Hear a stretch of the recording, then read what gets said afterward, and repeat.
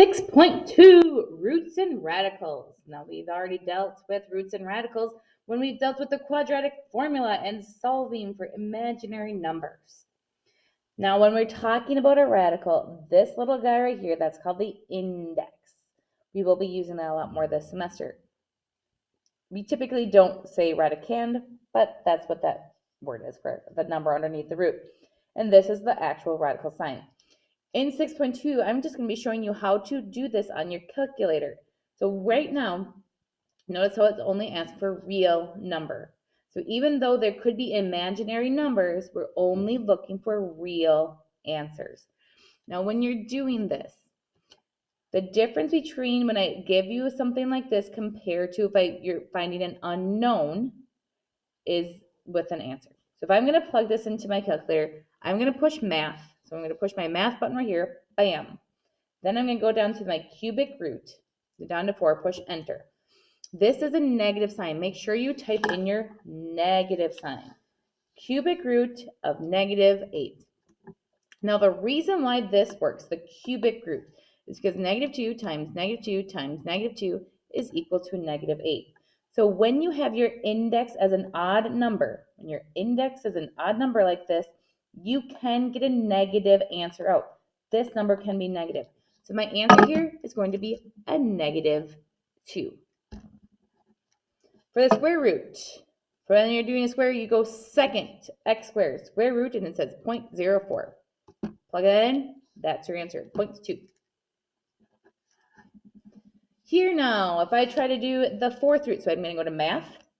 If I arrow down to this root with the index here is x, I can plug in what I want the index to be. So I want to be 4, and I'm going to type in -1. And it says, you can't do that. Non-real answers. It's saying this will be an imaginary number. If I go to, it's saying this, something's wrong with this negative. There's no solution for this. Because what this is saying is that something times itself 4 times is going to give you a -1. There's no real number. If we did -1 times -1 times -1 times -1, whoopsies, I don't. -1 times -1 times -1 times -1, so 4 times, no matter what, however you break it up, it's going to be positive. And the last one I'm going to review with you before you try to do the next 4 by yourself. So if I go second and then type in x squared, it's telling you to put this in parentheses. So parentheses -2, parenthesis, and then square that. So what we're actually telling the calculator to do is square -2. Remember, when you square something, that makes it positive, and then take the square root of that. So this gives us a real number because by squaring this negative first, it made it positive. I want you to pause the video and do the next 4 problems by yourself with your calculator. First one should have been -3. Second one, it's no solution. When this is an even number, there cannot be a negative number inside. If this is an even index, you cannot take the even index of a negative number. Here you can because you square it first. This forces it to be positive first before you take the square root. And again, you can't take the square root of a negative number because we're just looking for real numbers. So now what if we are dealing with exponents? So what we're trying to do here is we can break this up into the square root of 16 times the square root of x to the 8th because this is still multiplying. This is where you're going to have to know your perfect squares. The square root of 16 is 4. You can also type in your calculator if you're not sure. When I have the square root of 8, this is like pairs or groups of 2. So reviewing simplifying radicals. If you wanted to, you could rewrite this as x squared times x squared times x squared times x squared. Because underneath this root, I would still have 2, 4, 6, 8. I still have 8 x's here. Now, when I take the square root of this, the square root of x squared is x. The square root of x squared is x. The square root of x squared is x. The square root of x squared is x. Or the square root of x to the 8th is x to the 4th. Because another way of thinking about this is how many groups of 2 are in 8? So when you're doing groups, that's kind of like dividing. If I do 8 divided by 2, that's how I get that x to the 4th. There are 4 groups of 2 in x to the 8th. So that right there is my final answer.